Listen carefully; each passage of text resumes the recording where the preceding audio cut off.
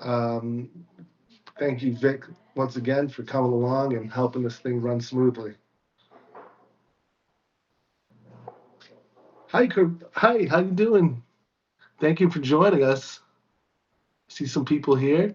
Feel free to turn your hi, Tony. How you doing?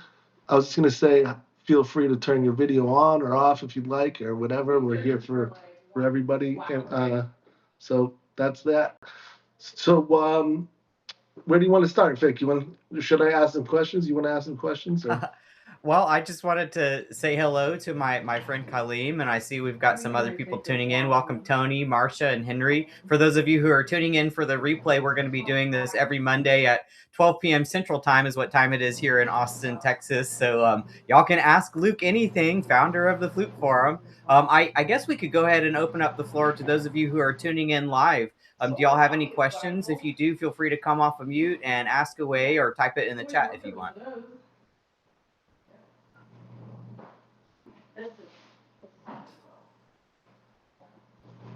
Go ahead, Kaleem. Thanks, Vic. I prepared a couple of questions. I was remembering when I was shopping for flutes. One of the things I got to do was attend the Chicago Flute Club meeting where I met Tom Green, and I ended up buying a Tom Green flute. But I also went shopping on Michigan Avenue downtown. I think it must have been Sam Gordon's, or Eugene S. Gordon. I remember at that time he said, "Don't get a Yamaha. The days are numbered that I even keep repairing Yamahas. I have to buy a Yamaha repair kit every time I fix a Yamaha, and then I charge the customer, and they complain, why does it cost more to repair Yamaha?" I was just thinking about that. What was he talking about? Have you encountered anything like that? Just curious. No, it's a good question. It's interesting because Yamaha is such a behemoth of a company, and it's actually very well made. There's one thing that they did for many years, which I think they fixed, which is completely crazy. But and I'll get into that for a moment. But one of the things I find very interesting, amazing that I have no idea how they do it is I had recently I had a someone buy a extra head joint. It was like a K or something. I'm not super familiar with the types of head joints, but so it came from us to Japan, and I put it on the body, and it fit like perfect, like a glove, which in my business is just unheard of. So they're they're incredible as far as like their parts fit perfectly, but there's one thing, and I'm sure this is what he was talking about, was totally crazy, is and I still do it. Is the bushings that hold the open holes for the open hole pads. On every other flute in the world, if you have a bushing, or so a bushing is the open hole key cups are press fit with like a circle bushing, I guess. It holds the pad down, and you want the pad to be in the cup tight. You don't want it too tight, but you want it so it doesn't move around. And a lot of times, what happens is, the bushings can get worn out. They can get out of, they can kind of get out of flat over time. And on every other flute in the world, we have a tool that's like a tapered tool. So so you take the key section off, and you just use the taper, you push it through the chimney on the bottom side of the key, and it expands. And then you can just push. You can either put a new bushing on, or you put the old uh, bushing on. But for some strange reason, this company that has engineering power over probably every other company is, instead of being like tapered like this, so you can open it, is tapered like this. So you can't make it tighter. So what you have to do is, there's J.S. Schmidt, who makes the gold pads, came up with a system that's got a metal ring on it, and then Delrin, or a plastic bushing. So the metal ring goes over the chimney, and then that pushes over it fixes the problem. I've been told that they fixed it, but I always see flutes like, 5, 10 years later. So I haven't seen it fixed yet, but I'm sure it's a great question. So I'm pretty sure that that's what he's talking about. Other than that, Yamahas are built like beautifully built. It's like a Toyota or Lexus. So I hope that answers your question. Cool. Thanks, Luke. Thanks, Colleen, for that great question. I've got another one coming here in the chat from Henry that says, do you ever have to deal with hagglers on price for repairs, and how do you approach that? I just don't. I just don't deal with it. I have set prices, and that's just my price. Generally, it's a good way to weed out people that I don't want to work with. So as far as repair is concerned, I just said that this is the price. I really try to stand firmly as much as I can on giving someone an estimate before I do a job. Every once in a while something will come up that's like it's going to take me hours more, and then I hesitate to call the client, but I will, to say, listen, your tone hole came up, I have to resolder it, it's going to be another hour, it's going to be additional 130 or whatever. So repairs, I just set in stone what they are. They're on my website. I haven't raised my prices in years, but I know. I mean, I moved from New York City to Youngstown, Ohio, so there's obviously, Food Center in New York charges, I think, like $600 or $700 more than I do for an overhaul. But obviously, that can come into geography and things like that. As far as sales are concerned, I'm more flexible because I'm not a dealer of new instruments, although I can get new instruments, but I generally do used instruments. So if you're coming at me with a vintage flute and you say, could you come down a few $100 or this or that, then I'm a little more malleable on that sense. But my prices are my prices when it comes to repairs. Good question. Thank you. There's another one here in the chat from Marcia that says, can you talk a little bit about your experience with Jeff Weissman? I have 2 of his Eclipse flutes and 1 Solstice flute that I bought from him when he was thinning his inventory. I love them. Yeah, that's great. That's, I guess, is a multi-layered question. Those of you who know Jeff Weissman, he's first and foremost is a pioneer in the industry. He was the first one to show up at a flute show with. Actually, no, my father worked for this company called French Music for a long time, and he told the story of going to an NFA maybe in the late 80s, early 90s, and everybody had 3 or 4 flutes, and Jeff showed up with like 70 flutes. So he kind of started that flute world, flute center thing. He also he was the first one to use mylar shims instead of using paper shims, and he got them from a company in Queens that did like washers or something like that. And then there's the Weissman model Haynes, which is the best-selling Haynes ever on the market. He came out with the first person to do. He called Haynes and said, "I want a silver body with gold tone holes, gold rings, gold ribs, and silver keys." And they looked at him like he's crazy. And now like you'll see like Miyazawa special edition. I mean, it's more common to see that. So he was a visionary. He's also a complete character. I love him to death, but he's one of one, and I love him like I talk to him all the time. I love him to death, but he is one of one. And those flutes are fantastic. I actually helped create those flutes. The Eclipse, I think, is in the, I don't know, maybe $2,000 range. My price points are a little off since I've not been a dealer for some time now, but and Chris McKenna, one of the master flute makers, who's worked for everybody, cut those head joints, or at least had a lot. Yeah, he cut a majority of those head joints, and he was there in China and for years.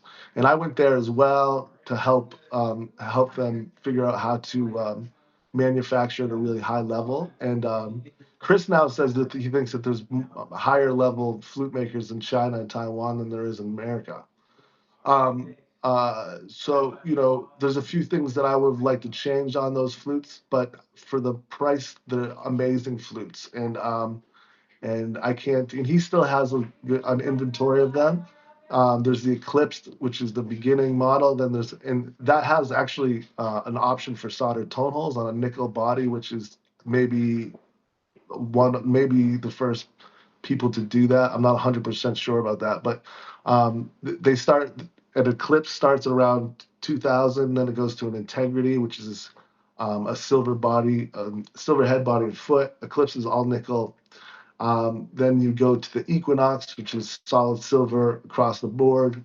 And then there's a Quantum that is solid silver with soldered tone holes. That's getting into the $12,000 price point, at least when I was there, like 8 years ago.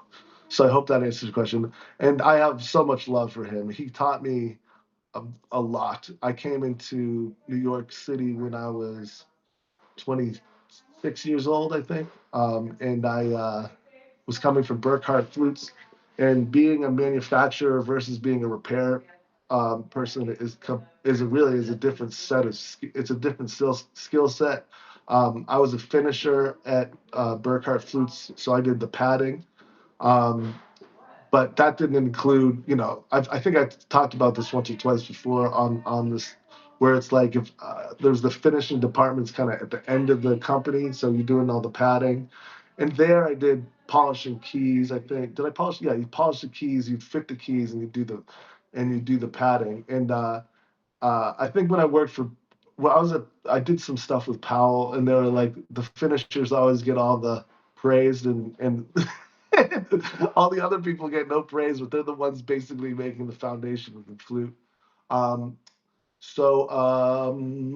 I can't remember what was the original question to that. I veered off there. Do you remember, Vic? What the question was?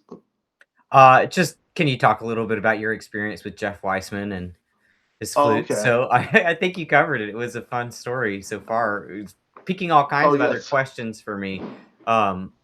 One of the ones. Oh, Go I'm ahead. sorry, Vic. I know where I'm sorry, I veered off there. Yeah, so being a repair person versus being a manufacturer. As a manufacturer, if I have an issue, I can just walk down to a couple benches down. There's people who call it stringers. Stringers solder all the pieces together. They literally string the flutes together. There's body makers. There's head joint makers. Um, the list goes on and on and on. So when you're become a repair person like me, I have Chris McKenna is kind of my savior of like once I can't do something that's out of my wheelhouse, I'll just say, Chris, do this, kind of subcontract it and bring it back to me. Like when you like have to solder like a spring catch on perfect. There's certain things you need jigs for, but I can get around I can do a lot of soldering and I can do dent work and I can do a lot of things that I just wasn't trained to do originally that I learned mostly from Jeff and Chris. So that's I guess in a nutshell um, my experience there, which was a very good one. He did a lot for me as far as my career is concerned. My first, he's based out of Queens, in Fresh Meadows, which is like way out in Queens. If you're in New York, Queens is like going to like Nebraska. And then he was nothing with Nebraska, but he was the first person to kind of. I mean, he lifted me up in my first repair shop in Manhattan was on 25th and 7th. It was like the size of a closet, but he split the rent with me, and I gave him a percentage of the repairs I did, and that really put me on the map with working with really high end, famous clients and Broadway people, stuff like that. So that's. I love you, Jeff.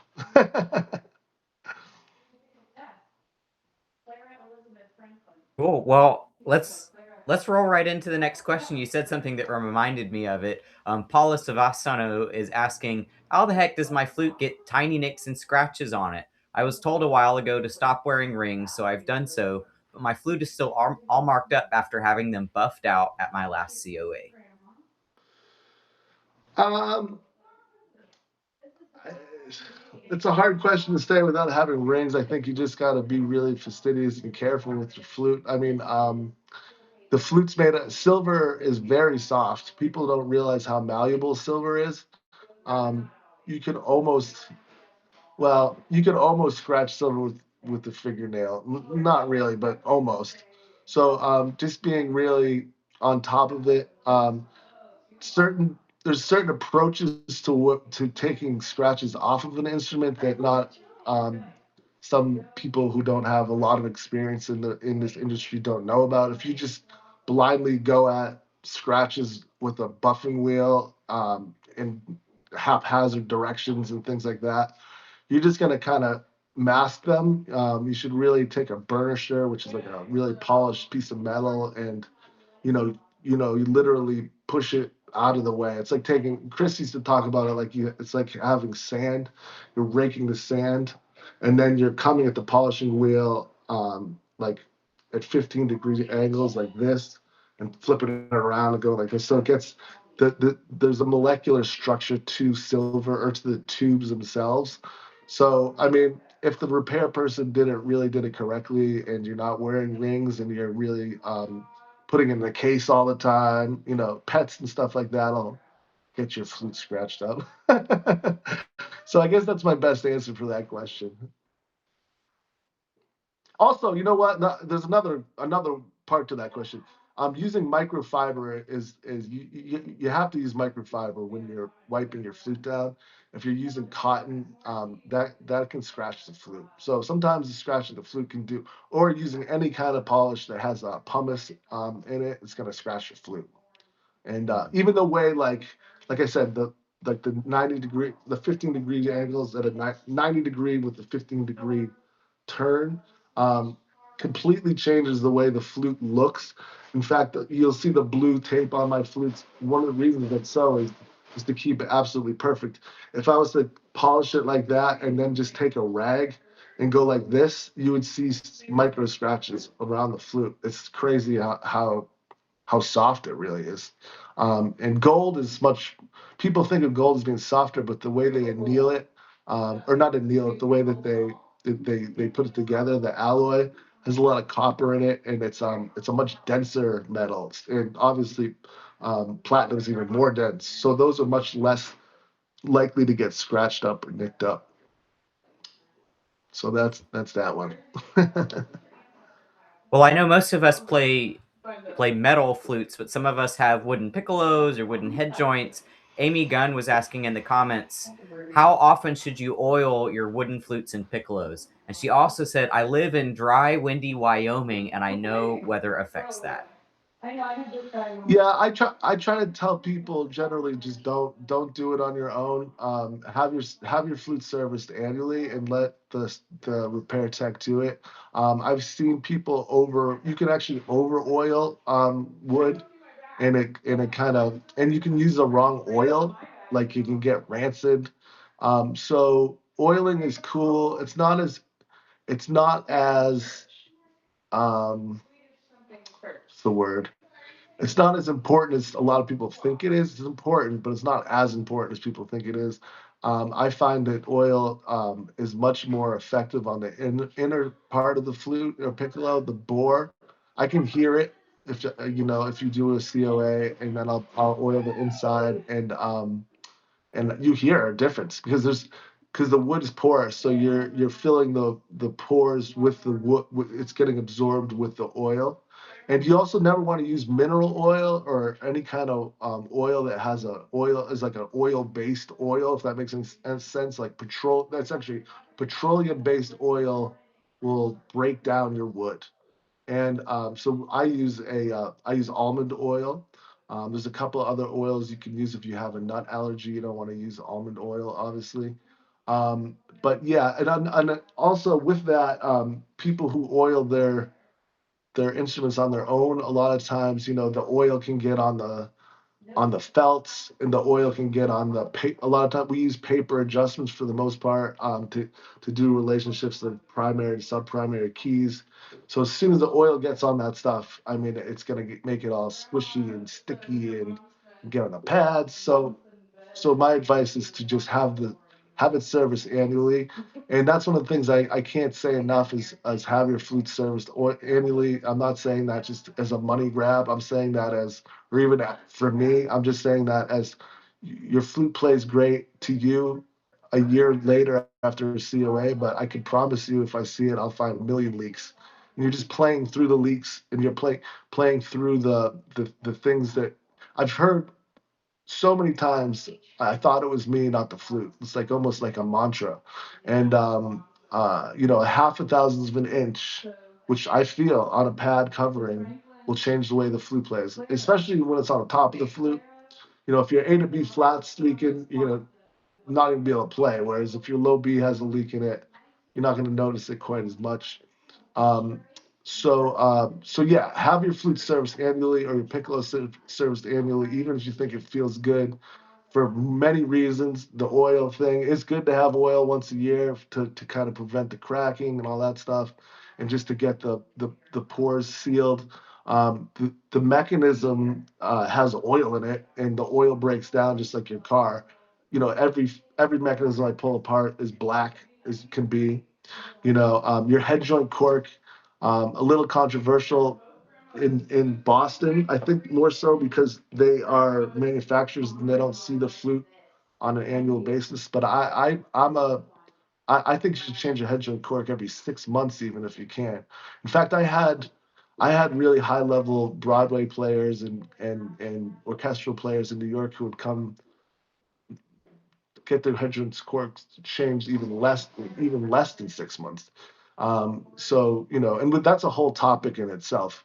It's Your flute's generally not going to leak from the head joint cork, but it's the way that you taper the cork to the taper of the head joint that it's not too tight. Because if it's too tight, the tube won't vibrate as much.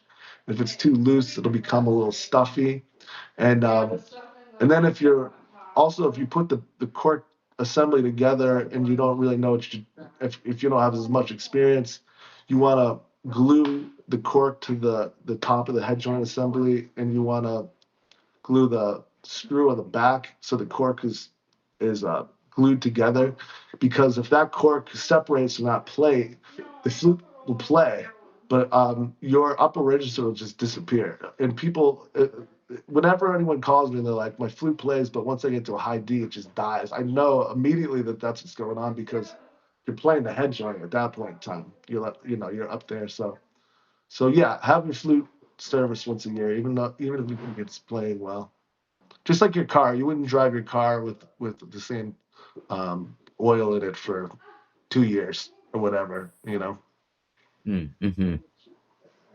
Well, I'd like to remind those of you who are tuning in with us live, if you have any questions now, feel free to come off mute, ask them, or drop them in the chat. This is reminding me of a question that I have that I guess you can go off on for now if there aren't any other questions popping up. And that is, in your experience, what difference do the types of metals have on the sound of the flutes? And I'll follow that up with saying I've had a conversation at some point in my life where the conclusion of the group was, oh well, what matters is the quality of the make more so than the metal. So I'm curious to hear what you think about that. Well, I would agree with what you just said to some degree. I mean, if it's a Powell Sonari that's the completely plated versus some Asian flute that you never heard of, that the materials it doesn't matter. You could be a gold flute made in a basement somewhere. It's not gonna play like the flute that's. But I do put metals on a spectrum of essentially from bright to dark, and this, I guess you could say nickel. I don't really think about nickel so much because I don't really work with nickel that much. But silver is gonna be like the brightest sound, and then you're gonna go to gold's gonna be darker, and then platinum's gonna be darker than that, and then wood too is gonna be darker than it's gonna be darker than most, maybe everything. And then when we talk about dark and bright, sometimes it's hard to conceive of what that means. I tell people if you don't see it quite as much now, but if you have an old sound system, you have an equalizer, we have the highs and the lows. Essentially, we're just taking the highs, and for a brighter sound, we're going to have the highs more up. For a darker sound, we're going to have the low frequencies up more. And they vibrate differently, and of course, like you said, there's so many factors that'll affect that, like the embouchure hole shape, the venturi of the head joint, taper, um, so on and so forth. But there's there's definitely tonal differences that I can hear in blindfold test. I mean, I'm confident if you played a silver flute and a gold flute in the room next to me, I could tell you which one was which. I also listen and play flutes every day. But that being said, I moved back to what I was talking about, Jeff Weissman, where we have flutes that have a little bit of gold, a little bit of silver, and definitely changes. There's different types of silver too. There's like Britannia silver with Altus. There's 998 silver with Burkhardt, which means 99.8% silver. There's coin silver. There's sterling silver. Haynes has something called, I call it super silver. I was told when I was at the NAMM show they don't call it super silver anymore. But it's 5%. It's 5% gold, and then they mix that in with the silver. Um, there's just so many different types of metal that do affect the sound. You know, One of the few things metal-wise that I don't think affects the sound so much that we see often is a gold lip plate. I don't think that the lip plate's really adding that much difference. The riser 100% is. You'll see like 14, 18 karat gold risers, platinum risers. That's the first part of the flute that's vibrating. Um, Another thing with the materials themselves that I think back of when I was at Burkhardt in the factories at Powell and Haynes is if you take like a raw piece of silver and drop it on a piece of silver, it'll make a ping sound. But if you drop a piece of gold on a piece of gold, it'll make another sound. It rings differently. So and then people, over the years, I've seen like people be like, well, scientifically, this doesn't make sense because this wave is at this sine wave and stuff like that. And I always say to them, I'm not going to tell you that because I'm not a scientist, but I'm a musician and I use my ears. And that goes back to my ethos that I spread as much as I can, is to play as many flutes as you can. And I mean, obviously, budget is a big one now, especially with the prices of gold and silver. But don't be stuck on I have to have a gold flute. Like Gary Shocker, a great friend of mine, as many of you know, one of the best flute players in the world, does not play gold flutes. He has one gold flute. The majority of his 20 flutes are silver flutes. So people have um, an idea of their sound in their head, and that's what they go for. If you had an unlimited budget and you'd be like, I have to have a platinum flute, but you might sound better on a silver flute. And like I said, the prices are absolutely. I almost had a heart attack when I saw how much money a gold flute was at one of these last conventions. I think I saw a Powell gold flute for $95,000, which is insane. I mean, it's great, and it is what it is. It's great if you got the money, but $95,000 is a lot of money for a flute. So yes, I do think I know that material affects the sound, but as you said, Vic, there's so many other variables that'll cause that idea to change. Mm. Thanks, Luke. Here's another one in the chat from Henry. Maybe this will be the last one for today. It says, is there an advantage or disadvantage to having adjustment screws on a handmade flute? Sometimes I don't get it in as frequently as I'd like for adjustments, so being able to adjust small things myself is nice, but is there anything that one should be aware of? Yeah, I prefer not having the screw adjustments, to tell you the truth. Uh, the Japanese still lean on screw adjustments a lot. Muramatsu, Sankyo, Miyazawa. I don't think Altus does. They all have adjustment screws, but those are good adjustment screws. For the most part, the Japanese have it together as far as the architecture or whatever of the screw itself. We want the screw to be really in there where it's not vibrating. So I see on like old Gemeinhardts or whatever, or even some smaller batch flutes, they'll go out of adjustment because the screw's going out of adjustment. I mean, that's such an important, your D to your F sharp, your E to your F sharp, your on Miyazawa's your 1 and 1 B flat to F, your A to B flat. If you have a split E, your G to G. those all having screws can vibrate and they can come out. So when I have any flute, um, even the flutes like a Muramatsu that are built really well, I'll use like a little bit of Loctite on the screws and just lock them in, so they don't go anywhere. And to kind of preface that, to tell people, the majority of high end flutes, mostly American flutes, are going to have. We actually use paper, so D, like let's say D to F sharp. So I call them primary, subprimary keys. So there's the D, E, F sharp. The F sharp's above the F. So it's open, open, open, or open, open, open, closed. If you were looking at the right hand section, there's the primary key would be like the D key, the E key, the subprimary key would be the F sharp key. So when you push the D key down, it pushes the F sharp down in tandem. So it's the same with the E key, and the A key is the primary, the B flat, which is the key above the A key, open hole, would be the subprimary key. And like I said before, with the splitty, you're gonna have your G's are gonna be independent with each other.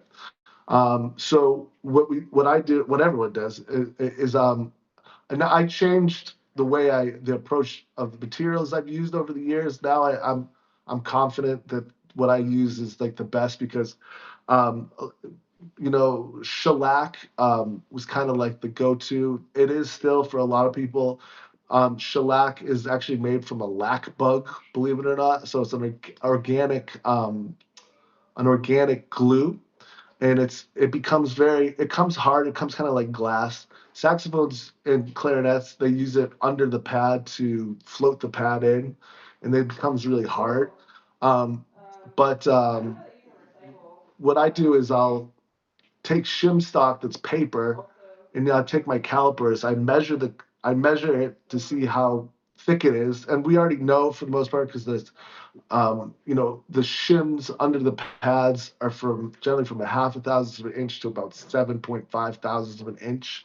That's very small, but so I'll know that, let's say, the D to F sharps, I'll put it in dry and I'll know that it's 11 thousandths of an inch. It's supposed to be, really should be like 15 thousandths. And then basically, then what I do with my materials, I use super glue gel. So it doesn't run, but it gets it in there. It's not going anywhere. And the reason I do that is because shellac naturally breaks down with alcohol, and it naturally breaks down with petroleum, and petroleum is right next to the adjustment in the key section. So it's much less likely to come out, fall off. As soon as that adjustment falls off, you have no F sharp, you have no A, you have no. So then I go in with the feeler, and you're either going to be high up on the primary key and really hard on the subprimary, or the subprimary is going to be high and this is going to be low. So I'm either going to add shims to make them perfect, or I'm going to sand under there to make that relationship absolutely perfect. You want it to close absolutely perfect. Or you're going to have a leak here, you're going to have a leak there. So there's the long-winded question for that one. And that brings me to another quick question I got, Vic, about splitty versus, or did we talk about this last week? Splitty versus the facilitators? Is Can't this remember. also the donut? Yes. Yeah, I think we did. Okay. I don't want to keep talking. Listen to last week's episode. Well, is there anything else you want to add before we go? Yes, I do. I'm excited. We've had the school. Everybody's here on school. We appreciate it, and we made it free for Flute Forum. We've been talking about adding a pay tier, and as of yesterday, we've decided to start a pay tier with me. And if you go to school, it's called the Luke Pinella Fireside Chat. And what I'm going to do starting this week, I think I'm going to do, I'm not sure of my schedule yet. I'll either do 1 or 2 classes a week, probably 2 classes a week. And I'm just going to start from the ground floor of repairing a flute. And the cost will be $30 a month. And that's for a complete beginner. And I'm just going to show you literally like the first step of what to do to take your flute apart. And I can just probably go on for years on how to do this. And then if you're already a if you're already in the business and you want to get some tips from a specialist, then we can add a different kind of like a different system. We'll come up with, better than I do, Vic, about how you can call me, or obviously pay a little more money, and we'll get you to kind of get ahead of the system. But I'm excited to start this new classroom in school. And I also have been talking to. I have a good friend who was on here, Marcelo from Brazil, who has his doctorate in posture as a musical instrument. So we're going to have a wellness program. Antonio Herbert, the co-admin, he's very into fitness, and he's a great flute player. So we're going to do that. I've had some interest from Chris McKenna about, building and cutting head joints. So we're talking to everybody. So we're doing what school's made for. We're going to have it so it's an open forum, just like everything else. But we're going to offer you these classrooms with people. If you're interested, you're interested. If you're not, you're not. But I'm planning on starting to do this week. I think I'm gonna probably do my first fireside chat with Luke on the first turn of the screw, maybe Thursday. So I'm very excited about that. And thank you so much, Antonio, and thank you so much for Vic for getting me here. I can fix flutes, but I have a real hard time when it comes to the iPhone or the computer. Well, thanks So for telling us some of what's coming up for you. That will be very exciting for our aspiring flute technicians and our flute technicians who want to learn more of those nitty gritty details, so to speak. Like you said, there are going to be more events on the calendar and more courses in the classroom. If y'all are tuning into the replay on the Flute Forum on Facebook, the best place to see what's happening on the live streams, when the live streams are happening, is the Flute Forum school calendar. And also, you can get my free improv games in the classroom. And there's a community conversation forum type of thing happening that has no ads going on. Unlike Facebook, you're not going to be distracted by, oh, what else is popping up. So do join us in school, and join us next Monday for another chat with Luke. Yes, I just wanted to interject on one other thing with that, Vic, is, I always say a little knowledge is a dangerous thing, especially when it comes to fixing flutes. But I think it is advantageous for people to know a little bit about how the flute works, as far as you're about to play a gig at Carnegie Hall and your A to B flat adjustment goes out of whack or whatever.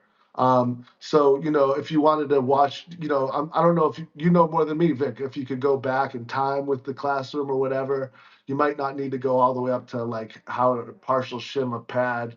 But I think having just a little bit of an idea of how to open the hood, so to speak, is probably an advantage to people to have. And you can get out anytime. It's not like we're gonna pin you down. So Cool. okay. We'll know more about that as it develops in the coming weeks, and I look forward to seeing y'all next week.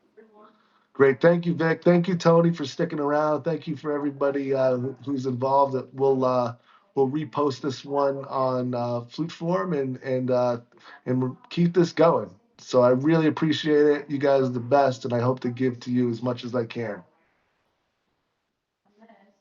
Peace.